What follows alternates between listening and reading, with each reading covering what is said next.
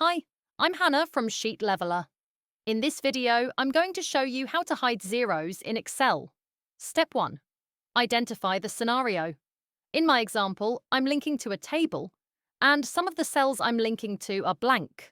Excel is returning zeros for those blank cells, and I want to hide them. Step 2. Adjust the Excel options. Go to the File tab. Click Options at the bottom of the menu. In the Excel Options window, go to Advanced. Scroll down to the section called Display Options for this worksheet. Look for Show a Zero in cells that have zero value. This is ticked by default. Untick this box and click OK. And just like that, all the zeros in your worksheet disappear. That's it for this video.